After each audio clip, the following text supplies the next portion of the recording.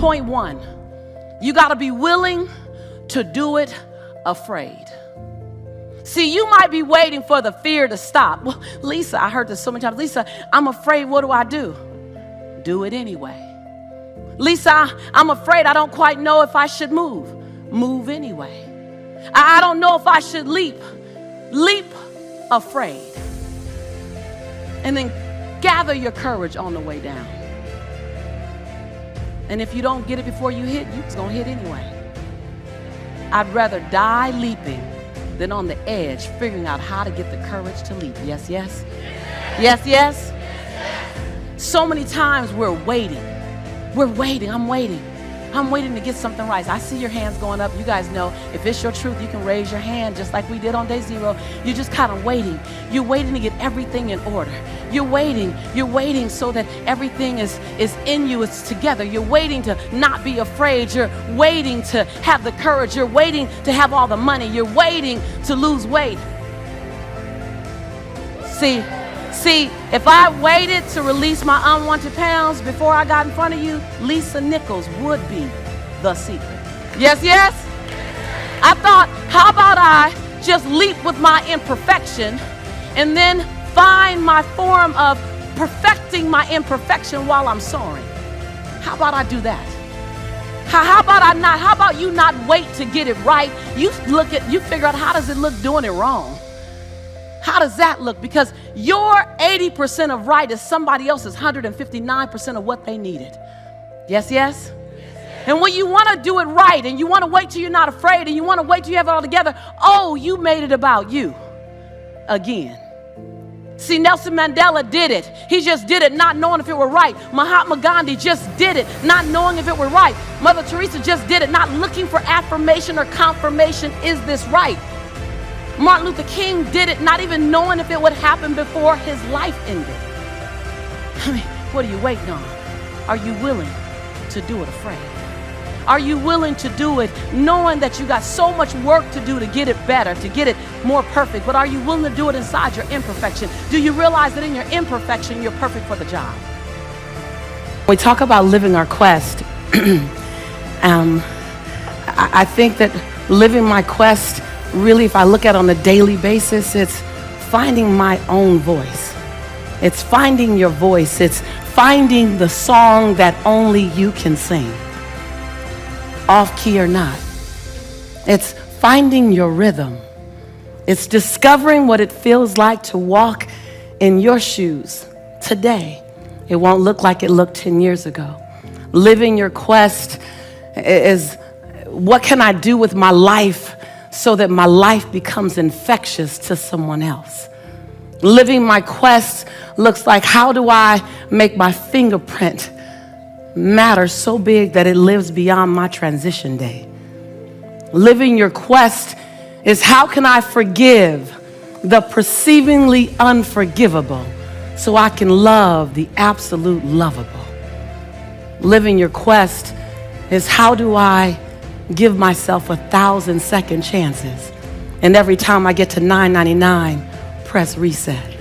Living my quest is not some ambiguous, untouchable experience. Living my quest means going back and healing the little girl in me so that the woman can be free.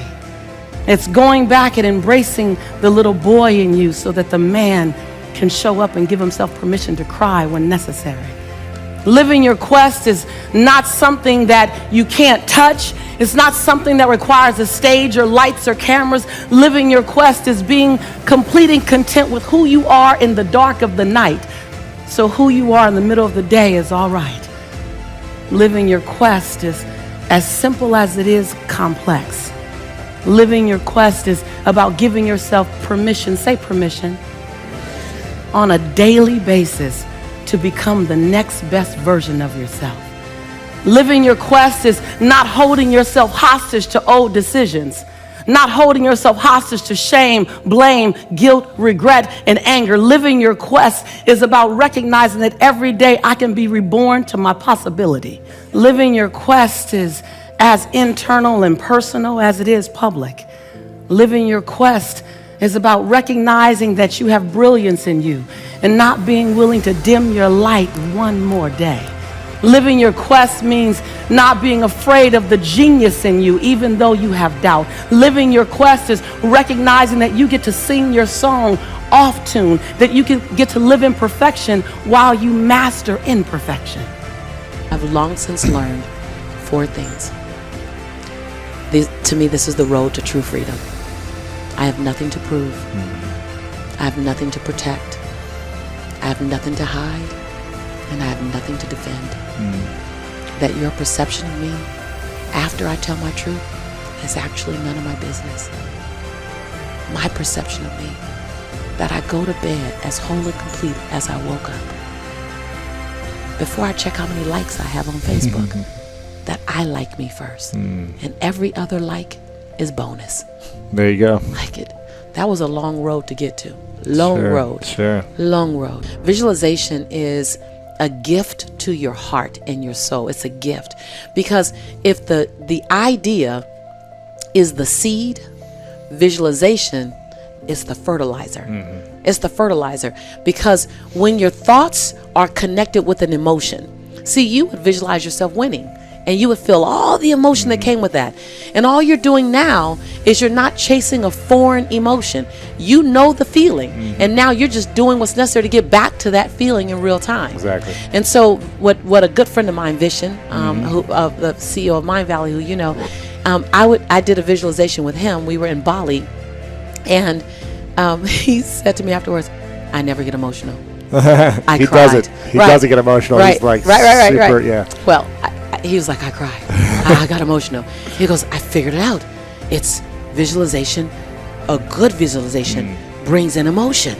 He was like, that's how you do it. And so I love doing visualizations because, and it's real important in the visualization, you can't see it over there. You have to see it right here. Feel it. You got to feel it right here. Like I am. It's all I am. I am.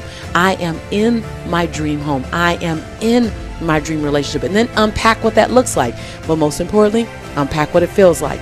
And when you have that emotion in this moment, all of a sudden you stir up something that I don't think will ever go back to sleep. It'll go, okay, let's go get that. And what it really does is it sets up a state of cognitive dissonance. And cognitive dissonance is when you see something in your mind and you see yourself in a way that your behaviors are not currently leading to. And so your mind becomes disrupted and it goes, okay, can we get there? Right, because I'm not there right now. I'm not there right now, and that's not comfortable. Your mind wants to literally be congruent. What it thinks is what you're doing. What it thinks is what you're doing. And so when you set up a constant, and abundant thinkers like you and I, we do it unconsciously. We're constantly keeping ourselves in a state of cognitive dissonance, meaning, okay, what else? And I'm seeing Lisa over there and I'm going, okay, let me go. While being grateful for my now. Yeah. It's not in that I'm going to be whole and complete when I get over there. I'm whole and complete now. I just know I'm supposed to be over there. So let me do what's necessary to get over there. And let me evict any behaviors or characteristics that are stopping me, and let me adopt any new ones that I need.